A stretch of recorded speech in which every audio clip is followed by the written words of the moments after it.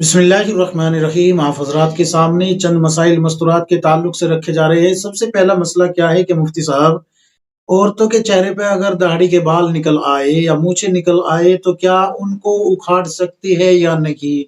तो इसके बारे में क्या हुक्म है? और अगर उखाड़ने में तकलीफ हो या कुछ यानी कि जिल्द पे जो है नुकसान होने का खतरा हो, तो क्या ब्लीच एक क्रीम आती है, क्या उसको इस्तेमाल कर सकते हैं या नहीं?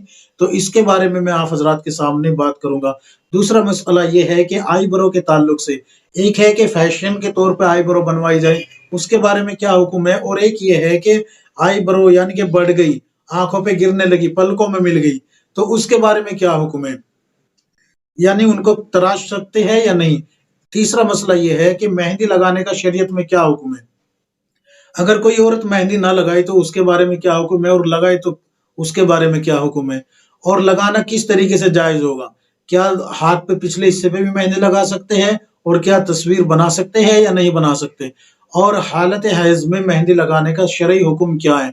बहुत सारी औरतें कहती है कि हालत हैज में मेहंदी लगाएंगे तो गुस्ल ही नहीं होगा, बाकी का गुस्ल ही नहीं होगा। तो ये चंद मसाइल आप हजरात के सामने रखे जा रहे हैं। सबसे पहले याद रखिए कि कुरान करीम सूरह हशर की आयत नंबर 7 में अल्लाह तबारक व तआला ने फरमाया कि जो तुमको रसूल दे उसको ले लो, और जिससे मना करे उससे रुक जाओ। तो मैं आता हुआ आप हजरात के सामने, औरत के चेहरे पे अगर बाल उग आए यानी कि निकल आए दाढ़ी के या मूछ के, तो बेहतर यह है कि मर्द की मुशाबत को छोड़ने के लिए, यानी कि उससे बचने के लिए, मर्द की शबाहत से बचने के लिए आप उन बालों को उखाड़ डालें। आप उनको उखाड़ डालें।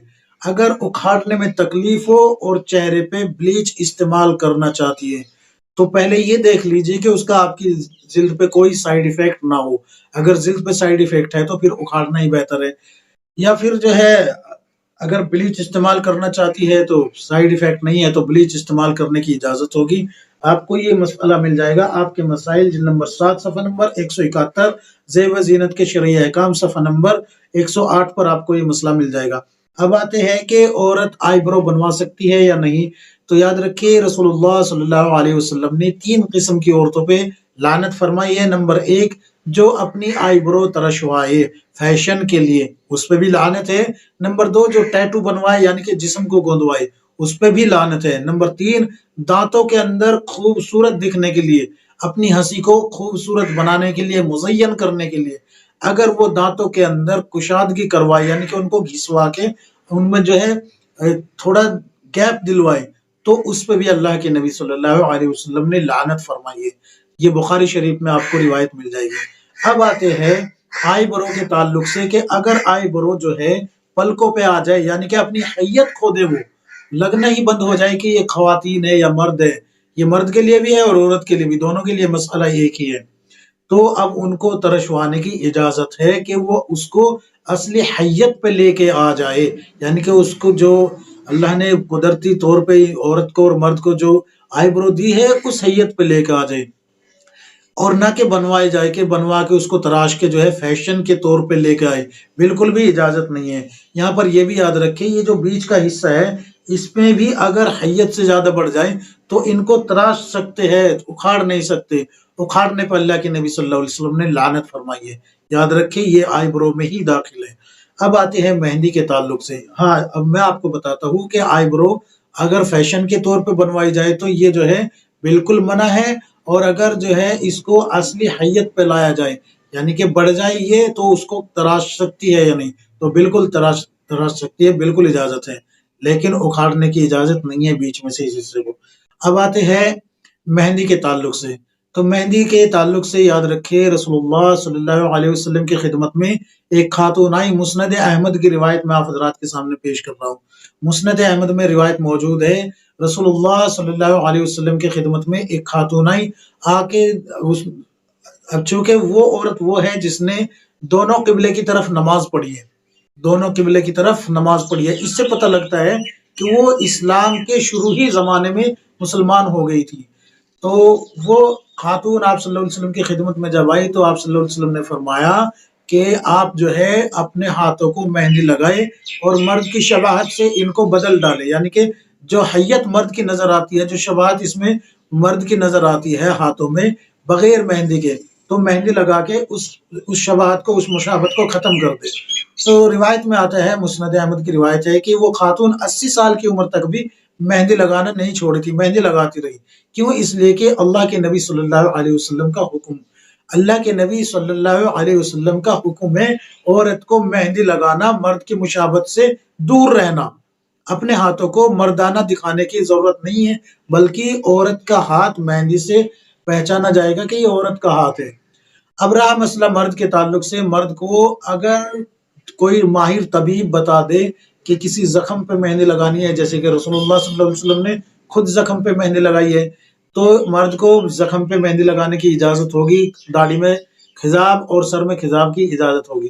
تو اس کے علاوہ جو ہے مرد کو مہندی لگانے کی اجازت نہیں ہے۔ ہاں اگر کسی بیماری کی وجہ سے کوئی ماہر طبیب بتا دے کہ مہندی لگائے تو اس سے علاج ہوگا، تو بطور علاج لگا سکتا ہے، لیکن فیشن کے طور پہ یا عورت کی شباہت اختیار کرنے کے طور پہ اگر مہندی لگائے گا تو یہ ناجائز اور حرام ہے، اس سے اجتناب کرے۔ اب آتے ہیں کہ حالت حیض، اب آتے ہیں مہندی لگائے کس طریقے سے۔ تو عورت کو پورے ہاتھ پہ، ہتھیلی پہ اور پچھلے حصے پہ مہندی لگانے کی پوری اجازت ہے، لیکن شرط یہ ہے کہ اس میں کسی جاندار کی تصویر نہ بنائے، بیل بوٹے پتے وغیرہ، پھول پتے وغیرہ، اس کی اجازت ہے، جتنا چاہے مرضی بنا لے، لیکن غیروں کے مشابہ یہاں تک لگانا، یہ جو فیشن کے طور پہ غیروں کے رواج پہ جو چل رہے ہیں، اس میں جو ہے احتیاط برتنا بہت ضروری ہے۔ میں یہ نہیں کہہ رہا کہ منع ہے، لیکن احتیاط برتنا بہت ضروری ہے، غیروں کی شباہت سے بچنا ہے۔ یہاں تک لگا سکتی ہے اور یہاں تک، دونوں ہاتھوں پہ، ہتھیلیوں تک۔ دیکھیں مہندی لگانے کا کام ہتھیلیوں پہ ہے، اب چونکہ یہ اگر یہاں تک آپ لگائے گی تو ظاہر سی بات ہے دکھانے کے لیے سطر کھلے گا، اور سطر کھولنا حرام ہے، تو اس لیے یہ لگانا ہی ٹھیک نہیں ہے، مناسب نہیں ہے، جائز ہی نہیں ہوگا، کیونکہ یہ سطر دکھانے میں داخل ہوگا۔